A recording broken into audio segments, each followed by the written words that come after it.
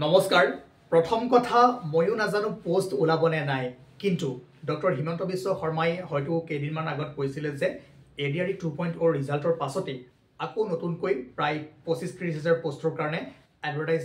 উলিয়াম বুলি কৈছে সব পোষ্ট ওলাই নোলাই পাছৰ কথা কিন্তু যিকোনো এটা এক্সাম ক্ৰেক কৰিবৰ কাৰণে পৰীক্ষাৰ 15-20 দিন আগত পঢ়িলে নহব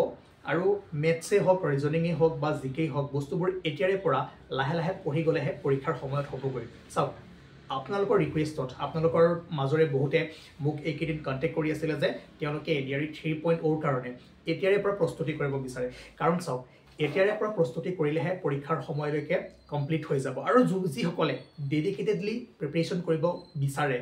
আৰু এতিয়াৰে পৰা ভালদৰে বেসটো বনাব বিচাৰে ম্যাথছ ইংলিশ ৰিজনিং জিকে ইয়াত কনসেপ্টবোৰ ল'ব বিচাৰে তেওঁলোকৰ কাৰণে মই এটা গ্ৰুপ ওপেন কৰিছো WhatsApp গ্ৰুপ আৰু এই গ্ৰুপটো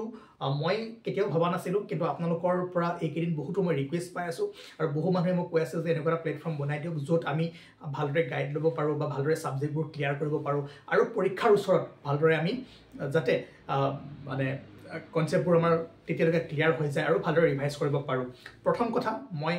সদায় কওঁ যে অকল প্ৰিপাৰেচনৰ নামত সময়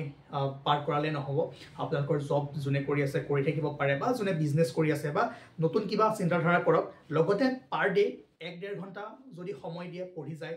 বেসিক বস্তুখিনি যদি ক্লিয়াৰ কৰি থয় তেনেহলে যিকোনো এক্সামত আপোনালোকৰ সকলোবোৰ সিলেবাস সেম হয় আৰু তাৰ কাৰণে মই গ্ৰুপটো ওপেন কৰিছো ডেসক্ৰিপচন আৰু কমেন্ট বক্সত দি থৈছো তাতে জয়েন কৰক আৰু তাতে আমি এটা পোৰশন আপোনালোকক ক্লিয়াৰ কৰাই যাম ধৰক প্ৰথম দিনাখন আমি ম্যাথছ কৰালো এটা ম্যাথছটো আমি স্টাৰ্ট দিব গৈ আছো নেক্সট উইকৰ পৰা ভালদৰে একদম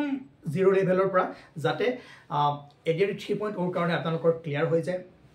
জিকে খিনিও কেনেকৈ পঢ়িব কি পঢ়িব এটা পোৰশন ক্লিয়াৰ কৰাম তাৰ পিছত টেষ্ট লম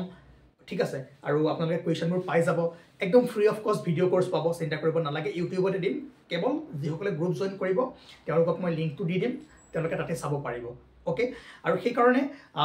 আপোনালোকে যদি এই গ্ৰুপটোত কি হয়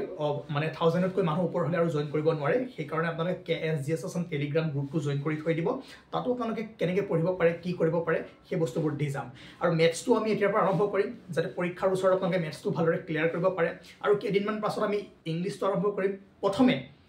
জিকে জেনাৰেল সায়েন্স আৰু জেনাৰেল নলেজ মানে যিমানখিনি বস্তু আহে সেইখিনি কৰিবলৈ চেষ্টা কৰিম ওকে আৰু আপোনালোকেও জানে পৰীক্ষাৰ 1.5 মাহ আগত পঢ়িলে ইমান মানে লাভৱান আপোনালোকে নহব পাৰে সেই কাৰণে এতিয়াৰে পৰা বেসটো আমি ক্লিয়াৰ কৰিবলৈ চেষ্টা কৰিম আৰু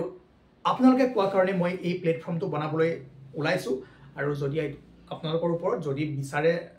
থাকিব বিচাৰো পঢ়িব বিচাৰো তেনেহলে আমি সকলোবোৰ বস্তু প্ৰভাইড কৰিম আৰু যদি ভাবে যে কোনো কাম নাই এনে এইবোৰ কৰি আছে তেনেহলে ইয়াতে মোৰ কোনো কথা নাই ঠিক আছে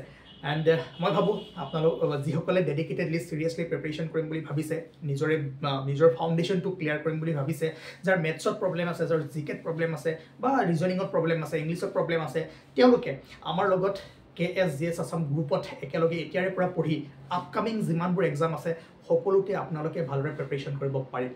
গতিকে